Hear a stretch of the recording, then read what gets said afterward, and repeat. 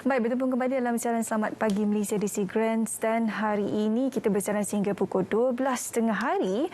Ada satu berita menarik yang kami ingin kongsi pada anda sebenarnya tentang kejayaan yang bakal ditempa oleh Malaysian Deaf Tiger di bumi Iran. Difahamkan mereka semua ini akan mengambil bahagian dalam pertandingan bola sepak pusingan kelayakan orang pekak peringkat Asia Pasifik di Iran nanti. Jadi kami bawakan dua wakil daripada MS Deaf sendiri. Saya perkenalkan terlebih dahulu di sebelah kiri saya. Selamat datang diucapkan kepada Ong Shin Ruan selaku Presiden MS Deaf, dan juga di hujung sana kami bawakan Encik Muhammad Yusri Abdul Ghani, manager untuk Malaysian Deaf Tiger. Dan juga kami bawakan hari ini seorang jurubahasa untuk memudahkan aliran komunikasi antara saya dan juga mereka ini, iaitu Puan Lucy Lim, jurubahasa kita hari ini. Apa khabar? Selamat pagi. Oh, sihat-sihat. Terima kasih. Okey. Dan selamat pagi. Okey, selamat pagi. Selamat pagi.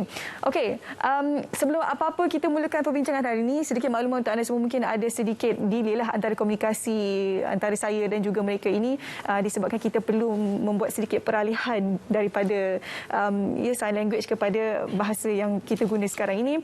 Okey, jadi terlebih dahulu saya ingin bertanya kepada Tuan Ong selaku Presiden MS Deaf. Mungkin sebelum kita bercerita berkenaan dengan pertandingan yang bakal ditempa di Iran nanti, sedikit pengenalan berkenaan MS Deaf, silakan.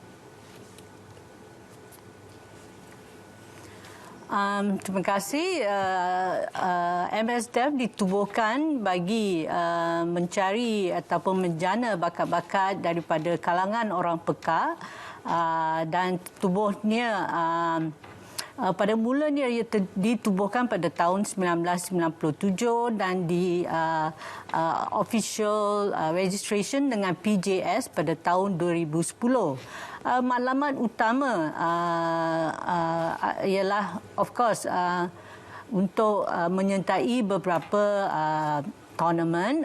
Salah satunya adalah kita punya Malaysia Sokba, Sukan Orang Pekak Malaysia, dan di sinilah kami menapis pemain-pemain yang berbakat untuk menyertai pertandingan di antarabangsa ataupun local Open Championship. Jadi Sokba dilakukan setiap 2 tahun, dan kami juga adalah ada what we call it the circuit, perlawanan kejohanan setiap tahun, macam futsal, kejohanan sukan badminton, bola sepak, olahraga dan juga bowling. So dari sini mereka ke Sokma, dan lepas itu lepas pertandingan di sana, tiap-tiap ahli gabungan MS Deaf akan memilih peserta-peserta mereka, dan mereka telah akan layak di peringkat ASEAN, Asia Pasifik, dan akhir sekali ke Deaf Olympics. Itu adalah Deaf Olympics adalah yang teratas, dan Deaf Olympics di manage oleh the International Confederation of Sports for the Deaf. Tahun lepas sukan-sukan yang telah diadakan adalah football, bowling, olahraga dan badminton adalah sukan teras. Dan baru-baru ini mereka telah ditempatkan di MSN. Ini adalah sejarah, dan kali pertama pemain-pemain orang pekak dapat dimasukkan pada program khas, ataupun they call it the players elite performance, high performance. Dan kami amat terima kasih pada Menteri Kebudayaan KBS, Datuk Sri Rizal Merican, dan juga Datuk Nur Azam, dan KSU, KBS, dan terutamanya pada Datuk Ahmad Syabawi selaku Ketua Pengarah MSN, yang telah memberi peluang pada pemain-pemain sukan ini untuk ditempatkan di MSN dan mendapat latihan sepenuhnya di sana. Okey, saya rasa untuk kita bercerita berkenaan latihan sepenuhnya di MSN ni, wajarlah kita tanya kepada Presiden MSDEF sendiri, manager MSDEF sendiri iaitu Cik Yusri. Bagaimana setakat ini latihan yang sudah pun dilalui untuk kesemua pemain? Terima kasih. Untuk makluman semua pemain, saya selaku manager memang memikul tanggungjawab yang berat untuk pasukan ini. Dan kami berterima kasih kerana mereka telah ditempatkan di MSN untuk mendapat latihan penuh dan tournament yang kita pergi di Iran ni adalah untuk mendapat the fourth best place lah, tempat keempat ke Deaflympics. Dan coach kami yang kami dapat dari Thailand, seorang pekak juga, nama dia Manachai. Kami memilih Manachai kerana dia telah ada rekod kemenangan di 2016 Malaysia mendapat tempat kedua bila dia mula melatihnya, dan di 2018 di kejohanan di Korea kami mendapat tempat the best 6 lah, dan ini telah melayakkan pasukan Malaysia ke kejohanan sedunia. Yang akan juga diadakan di Korea pada tahun 2023, dan kerana mendapat coach yang peka ini telah membuat menyenangkan masalah komunikasi berkenaan masalah komunikasi dengan pemain dan juga coach. Jadi tiada halangan dan tiada perlu menggunakan penterjemah bahasa isyarat lah. Dan di Iran nanti maklumat utama kami untuk menyertai kejohanan ini adalah untuk mendapat the best four of Asia Pacific kejohanan Deaflympics yang akan diadakan di Brazil pada tahun 2022 tahun depan. Okey, kita dapat lihat sebenarnya banyak perkara yang perlu dilalui untuk mereka yang berada di bawah MSDEF ini untuk memastikan agar kejayaan dapat dilakar sama seperti atlet-atlet yang lain.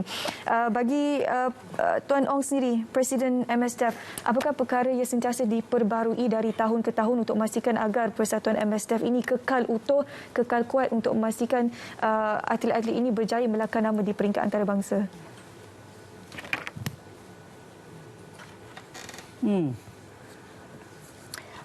MSDEF mengambil berat tentang persediaan dan juga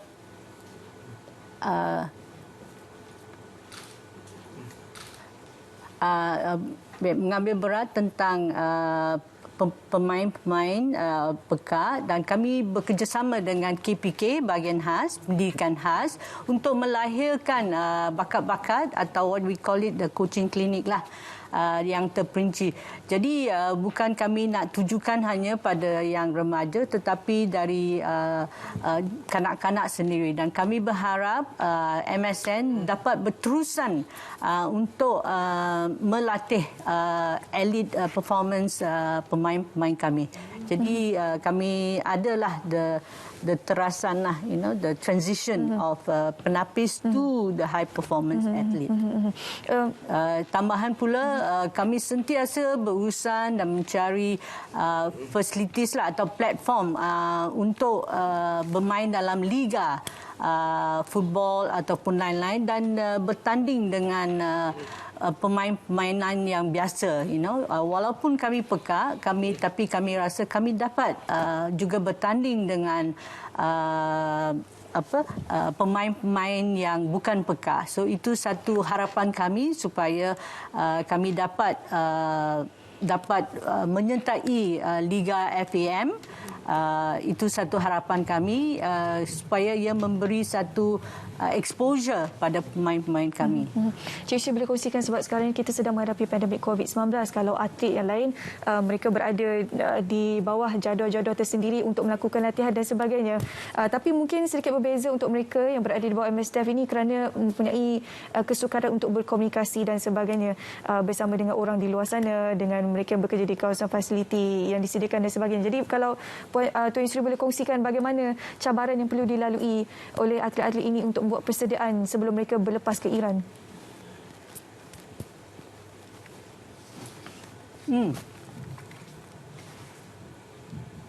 Kami amat very strictly lah ikut SOP dan MSN tidak membenarkan orangan di luar untuk masuk ke premises kerana mereka sekarang menjalani camp-based latihan. Jadi semua atlet yang dia ada di sana like spray, mask dan jika saya nak berbincang dengan mereka sebagai manager, saya menggunakan Zoom online ataupun online untuk memberi galakan. Dan kami ada pegawai di MSN, Puan Nurul, seperti liaising officer kami. Dia sejak kami berada di sini bulan September sampai sekarang, dia pick up dia punya bahasa isyarat sampai dia boleh bertutur dengan pemain-pemain serta official-official.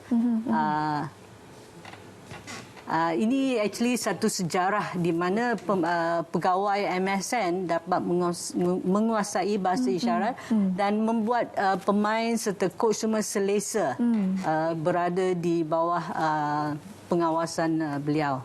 Dan saya harap juga beliau akan tetap bersama kami dan juga bersama dengan kejohanan-kejohanan kami yang akan datang. Kalau Tuan Ong boleh kongsikan relevan kemenangan untuk pertandingan ini di Ireland nanti, bagaimana ia boleh memberikan satu keyakinan untuk pasukan atlet bawah MSDEF untuk mencipta nama lebih besar dan juga mencapai kemenangan yang pada tahap yang lebih tinggi.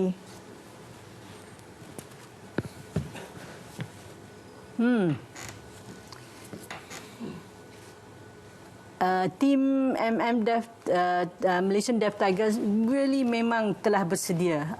Nombor satu kerana coach kami ada license dan banyak pengalaman dalam tournament kejohanan ini dan dia telah melatih semua pemain-pemain. Tambahan pula sokongan dari MSN bukan hanya dari segi latihan tetapi dari segi diet, nutrition, fisioterapi, supplements dan tempat tinggal yang selesa dan dia punya persiapan sejak last year lah. Dan juga pengawas LO kami Puan Nurul yang sentiasa berisyarat, memberikan taklimat. Jadi kami amat berterima kasih pada Dato' Ahmad Syapawi, Ketua Pengarah MSN dan juga pada Menteri Kebudayaan kerana memberi banyak galakan ini dan satu platform untuk pemain pekak dan serba sedikit semua disediakan. Jadi saya memang positif dengan the outcome lah kepada kelayakan ini. Cik Yusri, saya ringkas, siapakah antara pemain harapan untuk pertandingan yang akan berlangsung di Iran nanti?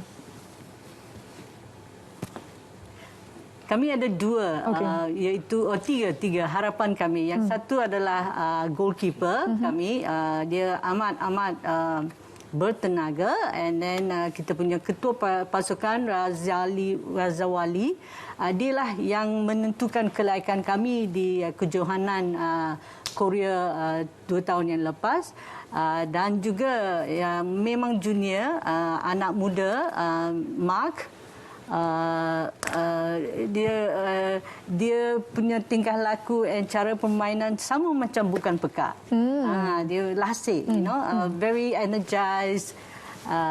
Dan saya pasti tim kita ke Iran itu dapat melayakkan diri dan itu harapan kami dan saya berpositif yang mereka boleh berjaya. Okey, insya-Allah kita doakan yang terbaik untuk pasukan Malaysian Deaf Tiger yang bakal menempa nama di bumi Iran. Terima kasih kepada Tuan Ong Shin Ruan dan juga terima kasih kepada Cik Yusri bersama kami hari ini untuk berkongsi berkenaan dengan Malaysian Deaf Tiger yang bakal mencipta nama mereka di bumi Iran. Semoga berjaya untuk semua sekali. Dan juga terima kasih kepada Puan Lucy Lim kerana menjadi selaku penterjemah kami juga hari ini untuk memudahkan aliran komunikasi antara saya dan juga kedua-dua tetamu kita pada hari ini. Seterusnya kami ingin bawa anda bersama dengan Syafiqah. Ada banyak lagi perkongsian berkenaan dengan keadaan COVID dan juga statistik terkini berkenaan COVID-19 selepas ini.